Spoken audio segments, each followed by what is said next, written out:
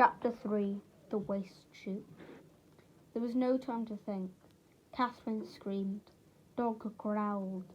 The girl hesitated for a moment, and Tom saw his chance and threw himself forward, grabbing her arm as she drove the knife at Valentine's heart. She hissed, writhing, and the knife dropped to the deck as she twisted free and darted away along the catwalk. "Stop her!" bellowed Valentine, starting forward. But the other refugees had seen the knife and were milling about in fright, barring his way. Several of the scavengers had pulled out firearms, and an armoured policeman came lumbering through the clouds like in a huge blue beetle, shouting, "No guns allowed in London!" Glancing over the scavengers' heads, Tom glimpsed a dark silhouette against the distant glare of furnaces. The girl was at the far end of the catwalk, climbing nimbly up a ladder to a higher level. He ran after her and snatched at her ankle as she reached the top. He missed by a few inches, and at the same moment a dart hissed past him, striking sparks from the rungs. He looked back. 2 more policemen were thrusting through the crowd with crossbows raised. Beyond them he could see Catherine and her father watching him. "Don't shoot!" he shouted. "I can catch her!" He flung himself at the ladder and scrambled eagerly upwards, determined to be the one to capture the would-be assassin. He could feel his heart pounding with excitement. After all those dull years spent dreaming of adventures, suddenly he was having one. He had saved Mr. Valentine's life. He was a hero. The girl was already heading along the maze of high-level catwalks which led towards the furnace district. Hoping that Catherine could still see him, Tom set off in pursuit. The catwalk forked and narrowed, the handrails only a yard apart. Below him, the work of the digestion yards went on regardless. No one down there had noticed the drama being played out above their heads. He plunged through deep shadows and warm, blinding clouds of steam, with the girl always a few feet ahead. A low duct caught her headscarf and ripped it off. Her long hair was coppery in the dim glow of the furnaces, but Tom still couldn't see her face. He wondered if she was a beautiful assassin from the Anti-Traction League. He ducked past the dangling headscarf and ran on, gasping for breath, fumbling his collar open. Down a giddy spiral of iron stairs and out onto the floor of the digestion yards, flashing through the shadows of conveyor belts and huge spherical gas tanks. A gang of convict labourers looked up in amazement as the girl raced by. "Stop her!" yelled Tom. They just stood gawping as he passed, but when he looked back he saw that one of the apprentice engineers who had been supervising them had broken off his work to join the chase. Tom immediately regretted shouting out. He wasn't going to give up his victory to some stupid engineer. He put an extra spurt of speed so that he should be the one who caught her. Ahead, the way was barred by a circular hole in the deck plate, ringed by rusty handrails, a waste chute, scorched and blackened where clinker from the furnaces had been tipped down. The girl broke her pace for a moment, wondering which way to turn. When she went on, Tom had narrowed her lead. His outstretched fingers grabbed her pack. The strap broke and she stopped and spun to face him, lit by the red glare of the smelters. She was no older than Tom, and she was hideous.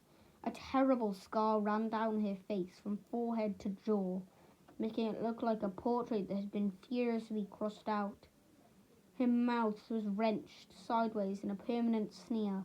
Her nose was a smashed stump, and her single eye stared at him out of the wreckage, as grey and chill as a winter sea.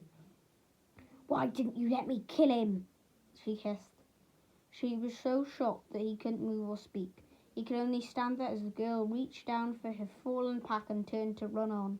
But behind him, police whistles were blowing, and crossbow darts came sparking against the metal deck plates and the overhead ducts. The girl dropped the pack and fell sideways, gasping a filthy curse. Tom hadn't even imagined that girls knew such words. "Don't shoot!" he yelled, waving towards the policemen. They were lumbering down the spiral stair beyond the gas tanks, shooting as they came, as if they didn't much care that Tom was in the way. "Don't shoot!" The girl scrambled up, and he saw that a crossbow dart had gone through her leg just above the knee. She clutched at it, blood welling out between her fingers. Her breath came in sobs as she backed up against the handrail, lifting herself awkwardly over it. Behind her, the waste chute gaped like an open mouth. "No!" shouted Tom, seeing what she meant to do. He didn't feel like a hero anymore. He just felt sorry for this poor, hideous girl, and guilty at being the one who had trapped her here. He held out his hand to her, willing her not to jump. "I couldn't let you hurt Mr. Valentine," he said, shouting to make her hear him above the din of the gut. "He's a good man, a kind, brave, wonderful." The girl lunged forward, shoving her awful noseless face towards him. "Look at me," she said, her voice all twisted by her twisted mouth. "Look what your brave, kind Valentine did to me." "What do you mean?" "Ask him," she screamed. "Ask him what he did to Hester Shaw." The police were closer now, and Tom could feel their footsteps drumming on the deck. The girl glanced past him, then heaved her wounded leg over the handrail, crying out at the pain. "No!" pleaded Tom again. But too late. Her ragged greatcoat snapped and fluttered, and he was gone. He flung himself forward and peered down the shadowed chute. A cool blast of air came up at him, mingled with the smell of mud and crushed vegetation, the smell of the speeding earth beneath the city. "No!" She had jumped right out of the city to her death. Hester Shaw. You would have to remember that name and say a prayer for her to one of London's many gods. Shapes loomed out of the drifting smoke. The policemen were advancing cautiously, like watchful crabs, and Valentine was with them, running ahead. In the shadows under a gas tank, Tom saw the young engineer looking on, shocked. Tom tried to smile at him, but his face felt frozen, and the next moment another thick swag of smoke had folded over him, blotting out everything. "Tom, are you all right?" Valentine ran up, barely winded by the long chase. "Where is she? Where is the girl?" "Dead," Tom said lamely. Valentine stood beside him at the handrail and peered over. The shadows, the drifting smoke, moved over his face like cobwebs. There was a strange light in his eyes, and his face was tight and white and frightened. "Did you see her, Tom? Did she have a scar?" "Yes," said Tom, wondering how Valentine could know that. It was horrible. Her eye was gone and her nose. Then he remembered the terrible thing the girl had told him, and she said, but he wasn't sure if he should tell Mr. Valentine what she had said. It was a lie. Insane. She said her name was Hester Shaw. Great quirk, hissed Valentine, and Tom flinched backwards, wishing he had never mentioned it. But when he looked up again, Valentine was smiling kindly at him, his eyes full of sorrow. "Don't worry, Tom," he said. "I'm sorry."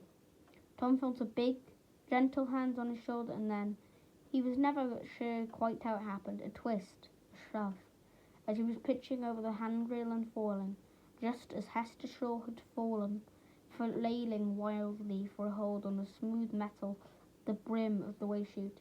"He pushed me," he thought, and it was more amazement that he felt than fear as the black throat swallowed him down into the dark. The next chapter will be sooner than yesterday's. Chapter 4 will be the out country. Sorry for such a short chapter, but I hope you enjoyed, and Thank you for listening.